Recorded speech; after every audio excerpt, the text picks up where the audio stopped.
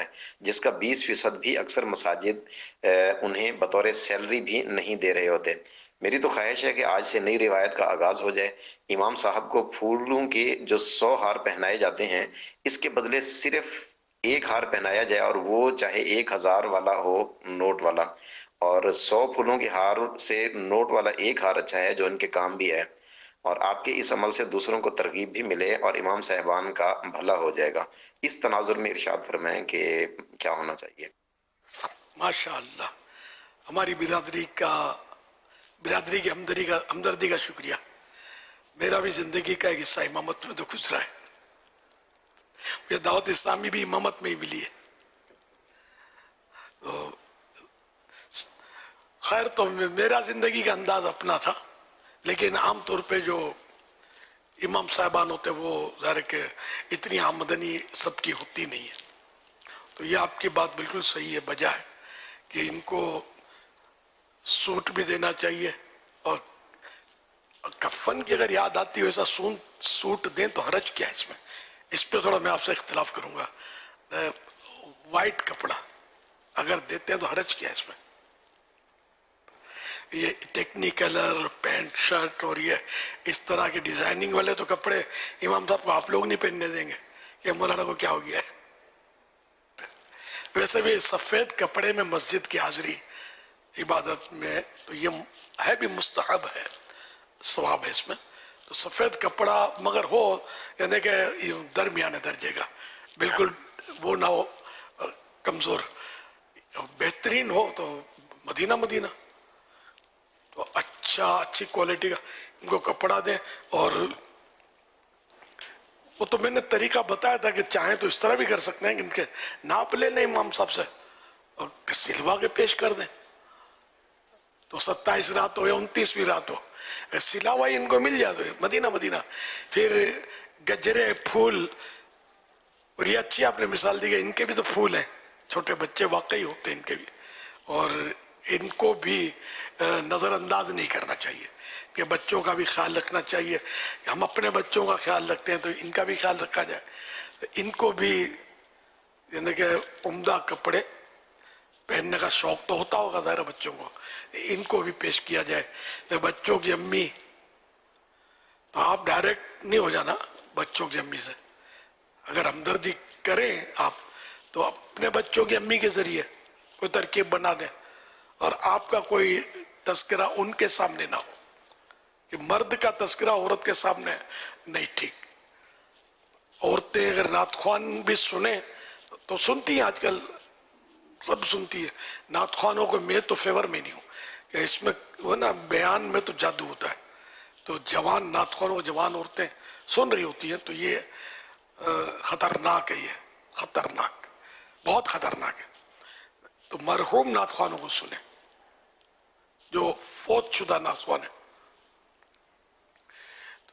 تو کوشش کریں اسلامی بھائی فوت شدہ نعت خوانوں کے کلام بھی اب تو مل جاتے ہیں نیٹ سے، ہو شریعت کے مطابق کلام، اور یقینی طور پر پتا ہو کہ یہ وفات پا چکے ہیں، تو ان میں اپنے گھر میں اگر شوق رکھتی ہیں تو ان کو یہ آپ کلپ لا کے پیش کریں، مگر ویڈیو نہیں ہے۔ ویڈیو میں یہ نعت خوان مرحوم، لیکن سننے والے سب مرحوم نہیں ہیں، تو یہ آڈیو یا صرف اس کی ایسی ہے مطلب ویڈیو کہ وہ عوام نہیں دکھائی جاتی اس میں، یا اکیلے نعت خواہ دکھائے جاتے، تو اس میں دینے میں حرج نہیں ہے۔ لیکن اس میں بھی عورت کے لیے کہ اگر کوئی خدا نہ خواستہ وہ چیز دل میں وہ محسوس کرتی ہے تو پھر اس کو فوراً بند کرنا چاہیے، یہ خیال رکھیے گا۔ تو خیر وہ ان کو بھی دیں، ان کی بچوں کی امی کو بھی، اور یوں مطلب اب مٹھائی کے ڈبے، مصلے اب آئیں گے تو مدینہ شریف ان دنوں سیزن ہے تو بعض لوگ آ کر عید یہاں کرتے ہیں، تو اب مصلہ اٹھا کے لے آئے، خوبصورت رنگین تسبیح لے آئے۔ اچھا یہ سب ٹھیک ہے اپنی جگہ پر، لیکن امام صاحب مصلہ کریں گے کیا یہ بتائیے؟ مطلب کیا امام صاحب دکان کھولیں مصلوں کی؟ کیا کریں؟ مسجد میں مصلہ تو موجود ہے، مصلے بھی مسجد میں لوگ اتنے رکھ جاتے ہیں کہ میں صحیح بولتا ہوں بلا مبالغہ، آج سے ٹھیک 1 سال پہلے میں نے مطلب مسجد میں جن دنوں مسجد جا کر دعوت اسلامی کا جب شروع کا دور تھا تو آہستہ آہستہ شہرت تو ہو گئی میری. شہرت تو یعنی آہستہ بھی نہیں کہوں گا میں یار, بڑی اسپیڈ سے ہوئی ہے, سچی بات تو یہ شہرت, اور کمال ہو گیا, ایسی شہرت ہو گئی. اب یہ کہ مسلح کی تھپیاں لگاتے تھے میری نماز پڑھانے کی جگہ پر, اور میں مسلح سے کچھ نہیں کروں یا نماز پڑھوں, کہ پیشانی کا جمنا یہ سجدے کی حقیقت ہے. یعنی اتنا دبانا ضروری ہے کہ جس سے وہ زمین, یعنی اب دبائیں گے تو نہیں دبیں گے. اگر کوئی نرم مسلح ہے تو کارپیٹ کا بھی ہے, تو اس پہ ملائم بھی ہے, تو طرح طرح کے مسلحوں کی تھپیاں. اب میں پریشان, اب میں کشتی کرتا ہوں, اس سے کبھی کبھی پھنس جاتا تھا میں, تو یہ اب امامے کو کیسے سنبھالے, امامہ کلٹی تو اتر جائے گا, اور زور لگاتا ہوں تو یعنی بڑی آزمائش. پھر میں ہمت کر کے میں نے یہ مسلح ہٹانے شروع کر دیا, یا میں یوں کر دیتا تھا اور فرش پر سجدہ کرتا تھا. ویسے میرا شوق بہت پرانا ہے فرش پر سجدہ کرنے کا, جب سے روایتیں پڑھی ہیں, اور یہ شاید ہو سکتا ہے دعوت اسلامی سے پہلے کا ہی شوق ہو میرا, کہ میں کچھ بچھائے بغیر نماز, بس سردیوں میں بھی کچھ بچھائے بغیر ہی نماز پڑھتا تھا. وہ برداشت ہوتی تھی, مجھے تکلیف نہیں ہوتی تھی. ہاں جب تکلیف ہو تو پھر بچھانا چاہیے, نہ خشوع میں مانے نہ ہو. خیر, تو اللہ کرے پھر مجھے سجدہ حقیقی نصیب ہو جائے. تو یہ اپنے لگاتے تھے تھپیاں, آزمائش ہوتی تھی. اتنے مسلح لوگ اس کا مطلب مسجدوں میں بھی دیتے ہیں کہ مسجد میں بچھاؤ اس کو امام صاحب کے لیے. تو جمعہ, عیدین, خاص خاص موقع پر ہو سکتا ہے کہ ان کے لیے بھی تھپیاں لگاتے ہوں گے, یا کوئی مقرر باہر سے آتے ہوں گے ان کے لیے بھی تھپیاں لگاتے ہوں گے, جیسے میرے لیے تھپیاں لگاتے تھے. تو میں مطلب یوں ہٹا دیتا تھا یا موڑ دیتا تھا. تو ایسا نہیں کرنا چاہیے, ایک مسلح کافی ہے. تو مسجد کو بھی مسلحوں کی زیادہ یعنی دینے کی ضرورت نہیں ہے. مسلح کوئی اتنا کوئی لاکھوں کروڑوں روپے کا تو ہے نہیں. ضرورت پڑے گا تو کوئی حج پر جا رہا ہوتا, کمیٹی والے بول سکتے ہیں یار کوئی اچھا سا مسلح لے آئیے گا, تو یوں بھی ہو جاتا ہو. اور خود بھی بعض وقت لا سکتے ہیں, تو جمع نہ کیے جائیں, یہ میرا مشورہ. اور دوسرا یہ کہ وہ امام صاحب کو یہ چیزیں تحفے میں نہ دی جائیں, مسلح, مٹھائی کے ڈبے اور پتہ نہیں کیا کیا دے رہے ہوتے ہیں, یہ امام صاحب کے کام کی نہیں ہوتی. اب یہ بعض بیچارے ایجڈ ہوتے ہیں نا امام صاحب, ایجڈ کو شوگر کا چانس زیادہ ہوتا ہے, شوگر, کولیسٹرول, اس طرح کی چیزیں, یہ بھلے چیک نہ کروائیں, لیکن بعض اوقات یہ گھسے ہوئے ہوتے ہیں خون میں, تو یہ مٹھائی جوش میں آ کر کھا لیں گے تو پھر بیچارے تکلیف میں آ سکتے ہیں. ایسی چیزیں نہ دی جائیں, اس سے پیٹ نہیں بھرتا. یہ حلال فضولی میں آتی ہیں, یہ مٹھائی یا چائے, کافی, یہ چیزیں جو ہم ریفریشمنٹ جس کو ہم بولتے ہیں نا, یہ سارا حلال فضولی میں آتا ہے. اور پیٹ بھر کے ہم کھاتے ہیں نا, یہ حلال فضولی میں نہیں آتا. لیکن نیت نہیں کریں گے تو اب یہ بھی ظاہر ہے کہ یہ مباح میں جائے گا. مباح مانے جس کا کرنا نہ کرنا یکساں, نہ ثواب نہ گناہ. تو اچھی نیت سے کھائیں گے, عبادت پر قوت حاصل کرنے کی نیت سے کھانا کھائیں گے تو ثواب ملے گا, ورنہ قیامت کے دن حساب دینا پڑے گا کہ مباح ہے, مباح کا حساب ہے. اچھا, اور یہ مٹھائی جو ہے اس میں اچھی نیت کے چانس کم ہے, کہ یہ عموماً جو اب اس دور میں جو مٹھائیاں ملتی ہیں نا, یہ جو میں نے اندازہ لگایا کہ اس میں صحت ملنے کا چانس مجھے تو کوئی ایسا کسی اینگل سے محسوس نہیں ہو رہا. یعنی جس اینگل سے دیکھو تو یہ خطرات ہی ہیں. ایک تو مطلب چیزیں سولڈ ملنا یہ بھی مشکل, خالص ملنا مشکل. اب دیسی گھی سے تیار کردہ, یہ آج سے نہیں, میں دعوت اسلامی سے پہلے مجھے پتا ہے کہ دیسی گھی کے بھی ایسنس آتے ہیں, خوشبو سے کہ آپ کا دماغ تر ہو جائے, لیکن وہ گھی دیسی نہیں ہوتا ہے, ایسنس والا ہوتا ہے. یہ بہت پرانی, جب یہ آفت آ چکی ہے تو اب تو کہاں یہ آفت نکل گئی ہوگی. تو مطلب اب دیسی مانے اصلی گھی, اب گائے اور بھینس کا اصلی گھی آپ کہاں سے لاؤ گے؟ پہلے دودھ تو لاؤ یار اصلی, پھر دیکھیں گے گھی کا. تو یوں مطلب یہ کہ فائدے کا چانس نہ ہونے کے برابر ہے. پھر یہ پیٹ بھر کے تو کھایا نہیں جاتا مٹھائی, تو اگر کوئی کھاتا بھی ہے تو کب تک کھائے گا, دیکھتے ہیں. بہت مشکل ہے کہ زیادہ تر ہمارے درمیان میں رہے.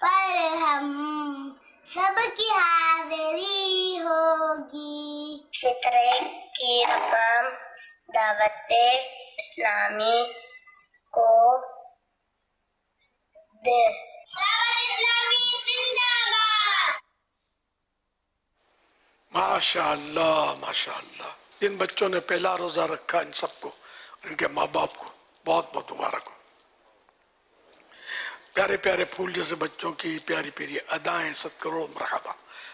اللہ کریم ان سارے بچوں اور بچیوں کو بعمل عالم دین مفتی اسلام اور دعوت اسلامی کا مخلص مبلغ بنائے اور بار بار اپنے ماں باپ دادا دادی نانا نانی اور گھر والوں سمیت حج کی اور مدینہ پاک کی زیارت کی سعادت بخشے. صلو علی الحبیب صلی اللہ علی محمد.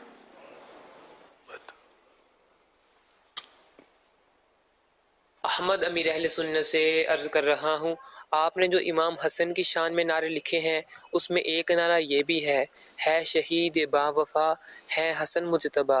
اس میں شہید با وفا سے کیا مراد ہے؟ حضرت امام حسن مجتبی سید الاسقیاء راکب دوش مصطفیٰ ابن علی مرتضی رضی اللہ عنہما، یہ زہر آپ کو دیا گیا، 6 بار زہر دیا گیا اور 6ٹھی بار زہر جو تھا وہ اپنا کام دکھا گیا اور آپ نے جام شہادت نوش کیا.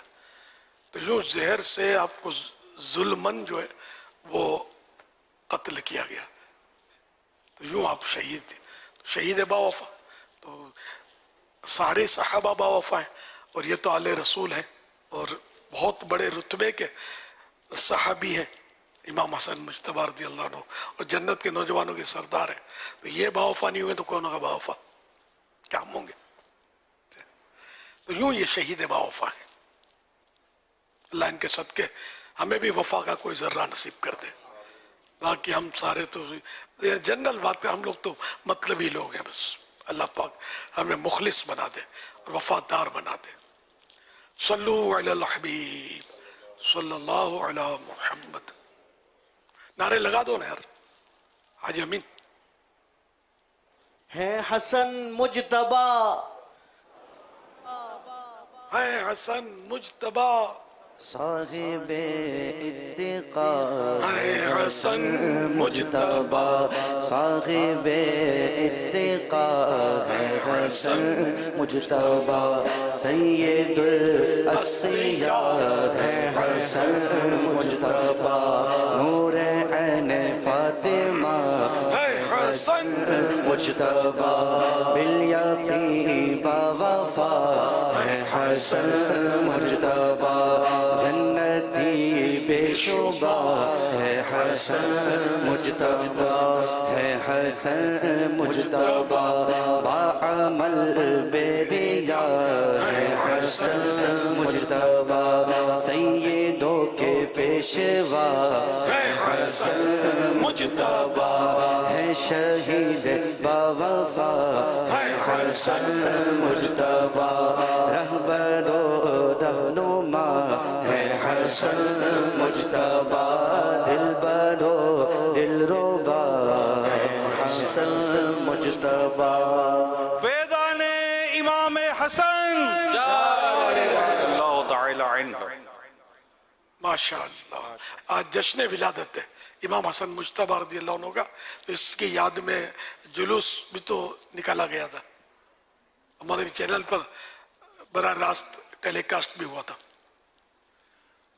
حضور کچھ سوالات ہیں. نماز جنازہ کی دعا یاد نہ ہو تو کیا پڑھنا چاہیے؟ ربنا آتنا جو دعا کرتے ہیں اللہم ربنا آتنا یہ پڑھ لے. کچھ بھی یاد نہیں ہے تو یا رب 3 بار کہہ لے، یا یہ بھی کہہ سکتے ہیں اللہم اغفر لی، بہتر ہے کہ یہ بھی 3 بار کہنا ہے. تو ٹھیک ہے.